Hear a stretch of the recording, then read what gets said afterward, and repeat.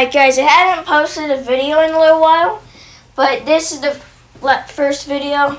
You'll see I have a few more rankings of roller coasters. Yeah, I'm going to post a lot of ranking videos, a few, probably in a few days separate maybe, but I will post more videos. In today's video, I will be telling you my top 25 favorite coasters I've ridden in 2026. Starting off with the list at number 25 is Magnum XL 200. This ride is really janky, but it adds to how crazy this ride is.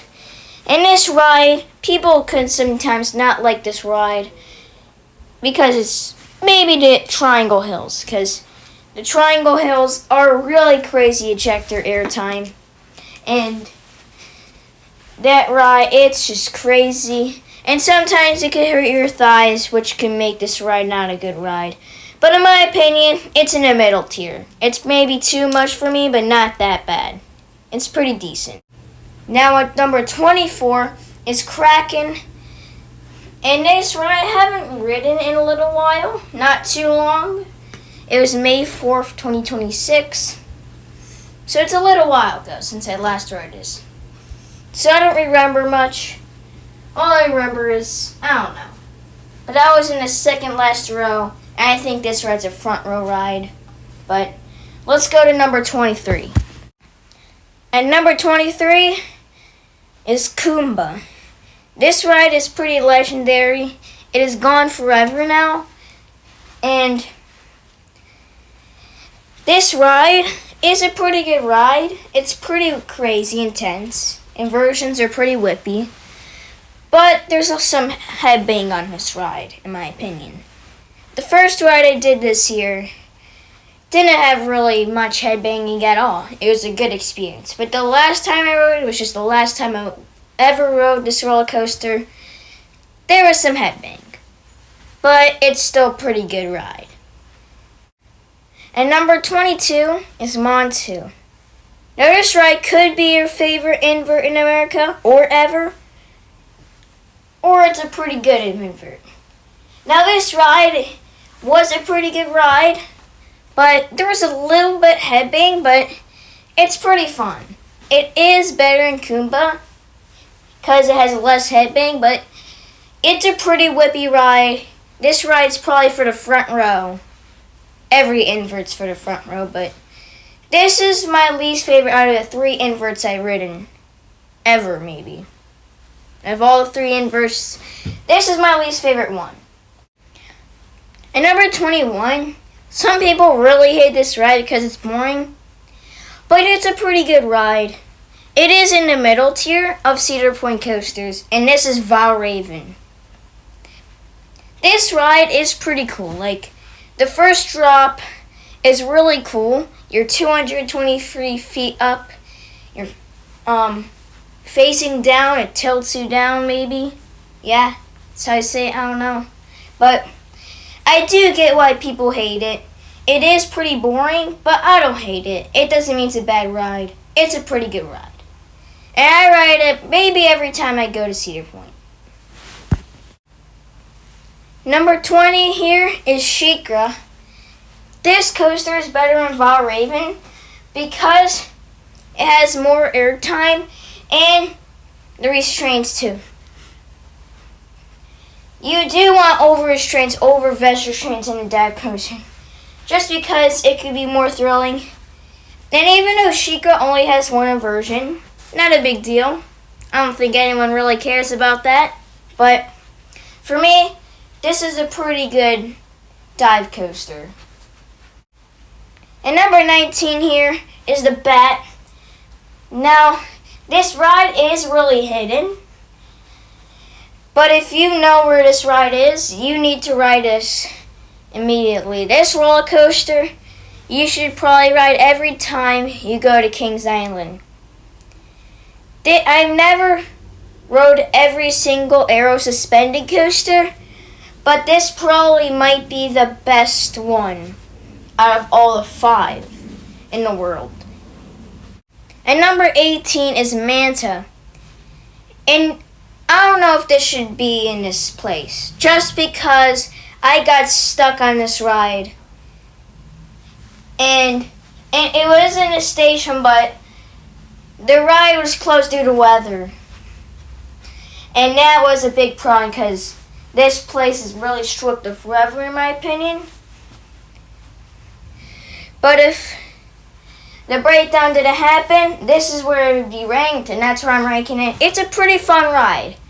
The restraints aren't that great flying. It's pretty scary getting stuck, which I did get stuck facing down like that. But it's a pretty fun ride experience, for sure. You should not skip this ride, unless this gets a long wait. And number 17 here is Expedition Everest. Now, the problem with Animal Kingdom is they only got one coaster. And I'm a coaster guy. But this is the only coaster they got at Animal Kingdom. And it's a pretty good ride, for sure. It's my favorite ride in the park. I have the 4 rides I've ridden here. And the crazy thing is, the reason why I went to Animal Kingdom, the reason why this is on the list, is because I went for a field trip in 4th grade, not that long ago, this year. And I did ride this with my friend, right in 11th row in this ride, and it's a pretty good ride. I don't remember much, but I think it's a great ride. Do not skip this ride when you're at Animal Kingdom. And number 16 here is the Beast. This ride is pretty legendary. Still a roller coaster at Kings Island.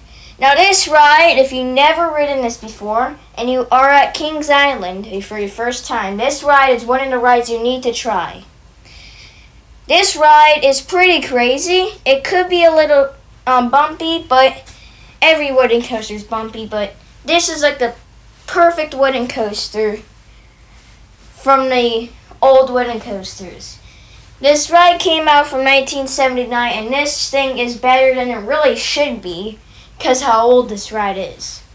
For how old it is, it's doing a lot better than it really should be, but this roller coaster is really good.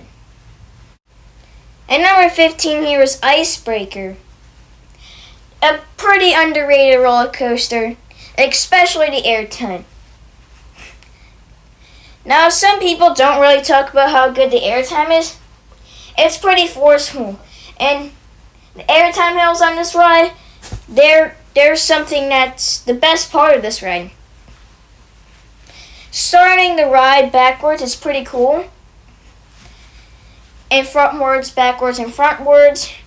This ride's a really good ride. It is not that long, but great. And if the comfort colors did not get removed, I think this ride would be not in the top 25. At least they removed them before I rode this roller coaster. And number 14 here is Cheetah Hunt. Now this might be an underrated pick just because since Tigris got their comfort collars removed, it's a better ride now. I do disagree though. Cheetah Hunt is my second favorite ride in the park in Busch Gardens, Tampa. And this ride is a really good ride. The worst part about this ride too is how many times this ride breaks down. It is so many times. And my luck is bad with how much this ride breaks down. But other than that, this ride is really good for basically all ages, in my opinion. And number 13 here is Diamondback. Now this ride, people really love this ride. I don't love this ride. It is a really good ride, but there's a rattle, and the airtime is not as forceful as people say. Like, people think the airtime in this ride is really good, but it's not that good of airtime. It is pretty good of airtime, but it's not as good as Mako's, which is not surprising because that's a great ride. But Diamondback's probably a tad overrated. A little overrated in my opinion. because people really like this ride. But it is still a good ride. You should not skip this ride when you come to Kings Island. Your number 12 here is Gatekeeper. Now this ride is super good. It's a really good ride of fast trains. This ride, I always ride this ride when it's possible to ride this ride. This ride is really good. It is not that thrilling, but going through these 6 inversions, they're good. The second half, though, after that brake run, it is pretty boring. It's just a turn and then like a weird element. But the first half is really good, which basically stands out the whole ride. And yeah, this ride is a really good ride, especially going through the inversions. And in my opinion, the outer seat is pretty much, there's a rattle on this ride in the outer seat, in my opinion. That might be a hot take, but that's what I experienced in the outer seat before. But this ride's for an inner seat. That's my opinion. And number 11 here is the second invert on this list. It is Banshee here. And this ride, even though it has vestige trains, this ride is a really good ride. This ride could be pretty intense, which is good because this ride has vestige trains. And it is the least intense of all the B&M inverts, the least whippy, but I don't think it's a bad thing because I'd rather have a rattle and headbang, but there's no rattle on this ride either. This ride I always ride when I go to Kings Island. It's a perfect ride. Not perfect, but it's a really good ride, especially the inversions. And that slow inversion too. That 0-0 where it's really slow. Really cool. Yeah. That's number 11. Alright guys, now this is my top 10 favorite rides I've ridden this year, in my opinion. And number 10 is my favorite invert I've ridden. And this maybe could change my mind soon, but it's Raptor. Now this ride is probably, in my opinion, maybe the most intense out of all the 3 inverts I've ridden so far. And the most whippy. Now, some people could say it's Monsu, but my god, this ride is crazy. Every single inversion's whippy for sure. And this ride fails on its last transition, no. That's the worst part about this. That's like a pretty big thing about it, because that final transition is pretty terrible. But if you ignore it, this ride packs a punch, and it's a really good invert. I only rode it once this year, so I don't know if I remember much, but this ride is a really good ride to ride. And it is the oldest one I've ridden, and yeah, this ride is really good. And intense too. Alright, and number 9, maybe a little shock, but it's Maverick at Cedar Point here. And yes, and the reason why it is here, it's probably because of how whippy this ride is, and the restraints too. The shoulder straps do bother me a little bit. At least they're soft. If they weren't soft, this ride would be lower on this list. But this ride is probably maybe the most favorite coaster at Cedar Point. But in my opinion, it's pretty overrated compared to the other rides here. But this ride packs a punch though. If the restraints were restraints I would like, this ride would be super good. Maybe my favorite in the park. I don't know. But this ride is crazy. And number 8 here is Top Thrill 2. Now this ride is the fastest and tallest coaster in America. And it doesn't mean it's the best ride in America, because it isn't. But this ride's really crazy. And I haven't rode the front this year. I did ride it last year. And the next time I get on Top Thrill 2, I would really maybe want to try to get on the front row, because that's probably the best experience you could ever get on a roller coaster. And yes, it's the fastest winds you could get ever. And number 7 is now Saturn's Curse, the newest roller coaster at Cedar Point. Now this ride is pretty short, but man, this ride is really good. Every single row, in my opinion, is really good in this ride. You don't need to worry to be on a certain row. Maybe for the back row, but in my opinion, it doesn't matter. This ride is really good in every row. Nothing's rough about this ride. And it is short, but airtime's good. The 2 inversions are good. There's good elements. It's a really good ride, in my opinion.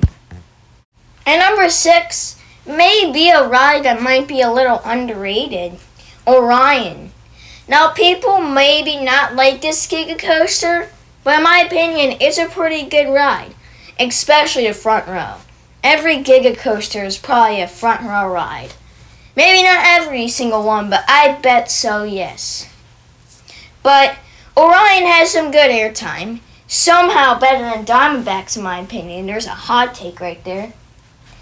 And this ride isn't that intense and crazy, but it's still a really good ride.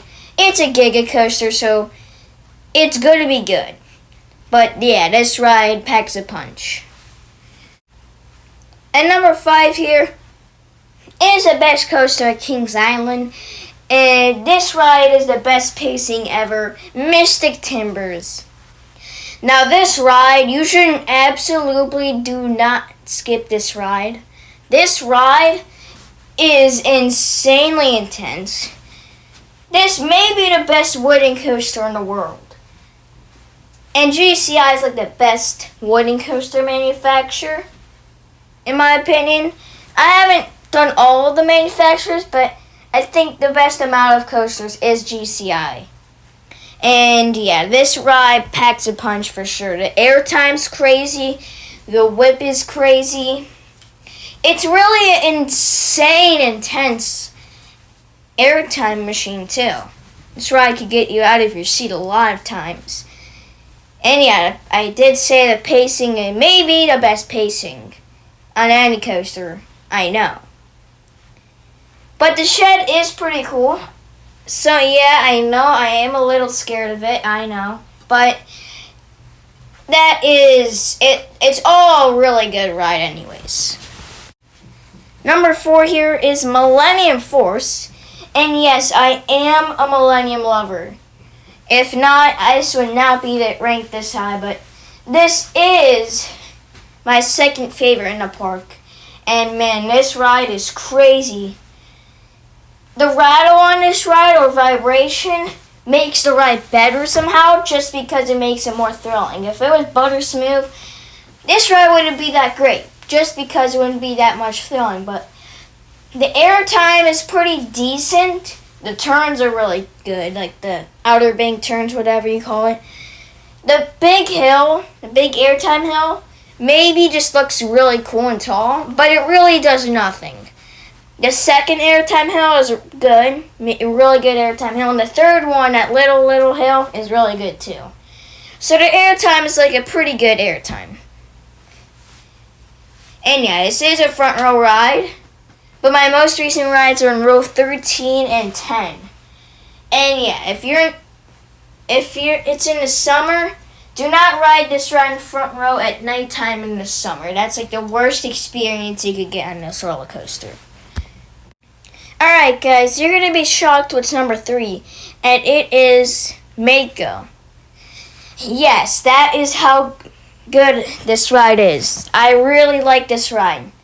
This is easily the best B&M I've ever ridden in my life. For sure. Like, this B&M Hyper is a perfect one. And there is a pretty good reason why the airtime is really good on this ride. There's no seatbelt bothering you and making it more painful. It is not that intense of a ride, But the airtime just makes this ride amazing. That's the best part. That's the main thing about this ride. The second half's just turns that are just fun, basically, just fun. But this ride is easily the best ride in the park, and in everyone's opinion too. But I like this coaster more than other people too do. But yeah, do not skip this ride when you come to SeaWorld Orlando. So far, it's the best roller coaster I've ridden in Orlando. I have not been to Islands of Adventure yet. I will be soon. Not Epic Universe, but so far, Mako's the best coaster in Orlando I've ridden, in my opinion. Alright, guys. We made it to our top 2. These 2 coasters are my favorite coasters, by far, that I've ever ridden on my life, actually. Not just this year, but my life. It's always been between these 2 coasters are my favorites. I changed my mind this year every time I've ridden these 2 coasters. And here is my opinion currently right now. And number 2 is Steel Vengeance. This ride is crazy. And this ride has easily got to be in the top 2. It is in everybody's top 10. Maybe I'm wrong, but in almost everybody's top 10, this ride is always here. And same thing for my number 1 coaster. But these 2 coasters are really good. They're always in the top 10 of everybody's opinions. Maybe I'm wrong, but no, I'm not wrong. Especially for RMCs too. These are like the 2 star attractions for RMCs and for both parks. Now, Steel Vengeance, the airtime on this ride is ridiculous. And every element packs a punch. Every inversion packs a punch. Every single minute is amazing. The only thing that makes this not number 1 is the restraints and the seatbelt too. Because they're not, the lap bar isn't that soft. I don't know if I don't think I care, but I do care about the seatbelt because the seatbelt bothers me in the airtime a lot. It's a little painful. But for how crazy this ride is, it deserves to be number 2, but not number 1. Just because of the restraints. But number 1 is Iron Gwazi. Now the restraints are really good on this ride. And the reason why I put this back at number 1 is I think this ride may be a perfect roller coaster. It is maybe perfect. I think it is perfect.